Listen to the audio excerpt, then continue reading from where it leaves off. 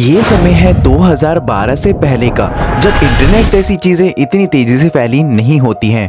तब के बच्चे पार्कों में खेलने जाया करते थे और कभी कभी खिड़कियों के कांच टूट जाया करते थे, तो कभी कभी पार्कों में से बच्चों की रोने की आवाज आती थी। और वो अपने कुल्फी वाले भैया को हम कैसे ही भूल सकते हैं। लेकिन अब समय आता है 2024 का, जब इंटरनेट का प्रभाव आपको हर जगह मिल जाता है। बच्चे पार्कों में नहीं, आपको सड़कों पे रील बनाते हुए दिखते हैं। छोटे छोटे बच्चे अब पार्कों में खेलने के बजाय अपनी बाबू के लिए रोते हुए दिखते हैं। आखिर क्या हुआ इन 10 सालों में कि समय इतना ज्यादा बदल गया। Set to introduce a social media ban for children under the age of 16. Well, the federal government's plan to ban kids from social media looks like more of a mess by the day.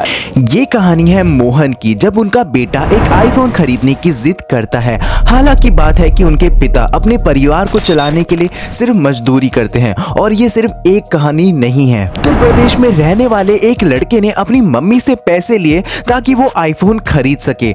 एक खबर तो ऐसी है कि एक बच्चे ने अपने घर से पैसे तक चुराए क्योंकि उसको आईफोन खरीदना था, ताकि वो सोशल मीडिया में अपनी वीडियोस डाल सके। पिछले कुछ सालों में सोशल मीडिया का ट्रेंड बहुत तेजी से बढ़ा है, ये तो हम सब जानते हैं। भारत में अभी फिलहाल 1 करोड़ लोग सोशल मीडिया में अपना कंटेंट डाल रहे हैं, जिसमें सिर्फ कुछ ही कंटेंट क्रिएटर ऐसे हैं जिनको एक्चुअली में व्यूज मिलते हैं। लेकिन फिर भी लाखों नंबरों में लोग सोशल मीडिया में अपनी वीडियोस अपलोड कर रहे हैं। इवन देखा जाए तो कई लोग अपनी जान भी गंवा रहे हैं सोशल मीडिया में वीडियोस डालने के चक्कर में। जैसे मध्य प्रदेश का 11 साल का एक बच्चा वीडियो बनाने के दौरान जैसे ही वो आगे बढ़ता है, तभी अचानक से उसके पैर फिसल जाते हैं और वो गिर जाता है और उसकी जान चले जाती है। ऐसे एक केस नहीं है, ऐसे कई केसेस हैं जो इंटरनेट से भरे पड़े हैं। लोग वीडियो और व्यूज के चक्कर में अपनी जान गंवा रहे हैं और उनको इस बात का एहसास भी नहीं कि एक्चुअली सबसे ज्यादा जो जरूरी है वो उनका जीवन है। और उसमें भी अगर सबसे बड़ी गलती किसी की है तो वो आजकल के पेरेंट्स की है। सुनने में आपको बड़ा अजीब लग रहा होगा, लेकिन सच यही है। आजकल के पेरेंट्स अपने बच्चों से ठीक से बात तक नहीं करते।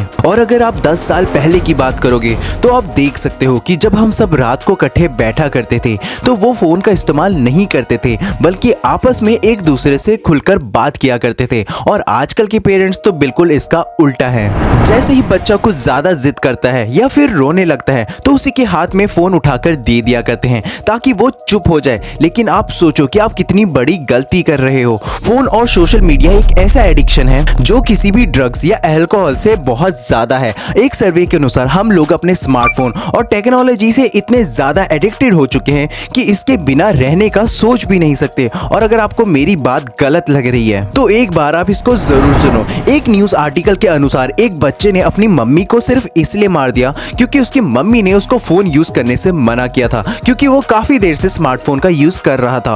और एक केस में तो अपने बच्चे ने सुसाइड कर लिया क्योंकि उसको स्मार्टफोन यूज करने से रोका गया था। आप सिचुएशन की गंभीरता को समझो। आप जिस बच्चे को स्मार्टफोन दे देते थे ताकि वो चुप हो जाए, अब वो बच्चा स्मार्टफोन यूज करने के लिए किसी भी हद तक जा सकता है। और शायद इसी वजह से आजकल की जनरेशन कुछ ऐसी बन चुकी है। अब इस चीज का क्या सलूशन है? देखो, जवाब बहुत सीधा सा है और उतना ही मुश्किल भी है।